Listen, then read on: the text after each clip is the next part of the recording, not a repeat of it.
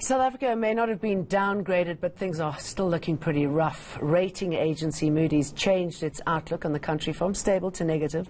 With the investment conference starting this week, we take a look at Moody's decision and what it means for South Africans with Makwe Fund Managers, Makwe Masilele.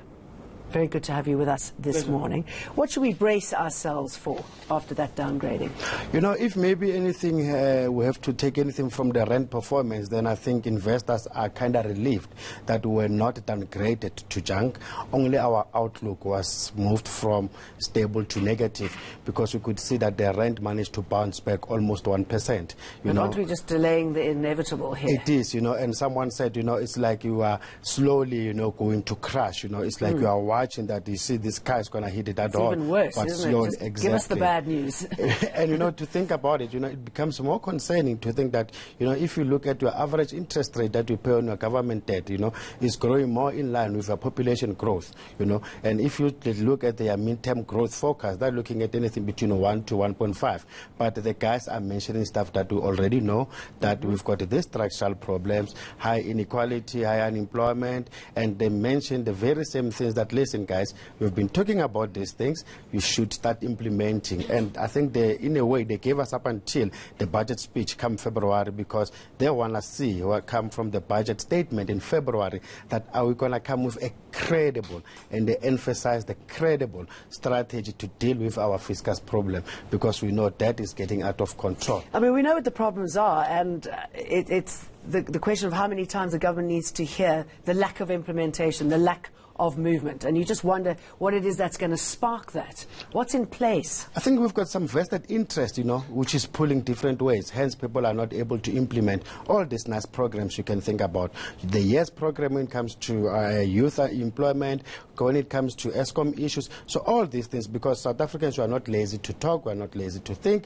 The problem is we fail to implement, and it's straight clear that we've got vested interest. Unfortunately, they're pulling in different ways. And stakeholders as well. We all know what needs to be done. By all means. Just do it. All right, so, I mean, if fund managers have to offload South Africa's debt, I mean, that's something that will inevitably start happening, won't it? So how will that play out?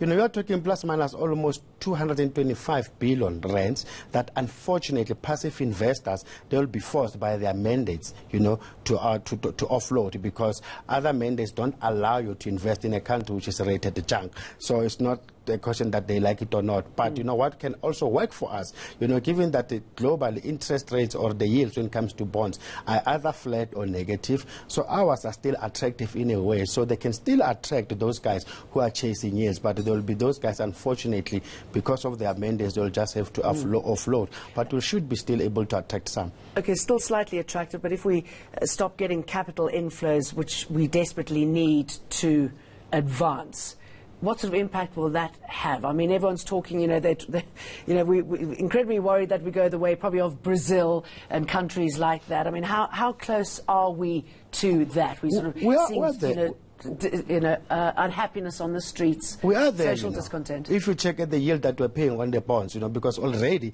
even before Moody's announcement on Friday, you check what they've been charging us. We've been paying like already in junk status. So when it comes to yields, it's going to continue to become more expensive for the government to be able to borrow money. And as you said, because your economy is not growing, then you'll have the deficit, then you are forced to go out to get money, and people will start charging high interest rates, and that will also be very negative for the rand. And we know that a weaker rand is inflationary in its nature, then automatically the Reserve Bank will start increasing interest rates, and we know that with high interest rates it means we start paying more for our debt, so it becomes some vicious cycle, and it's going to be difficult to get out of that whole thing. Hence people will keep on saying that we're going to get into a debt trap. And in the spirit of the Springbok win, what positives can we hold on to after this? I think maybe we can learn from that, you know, that definitely things are purposeful if we can start working together. And like we said initially, we know what is our problem. We know what needs to be done. The question is, why aren't we doing all that? And I think it's a question of, as we said, vested interests. Masilele, thank you very much. Pleasure.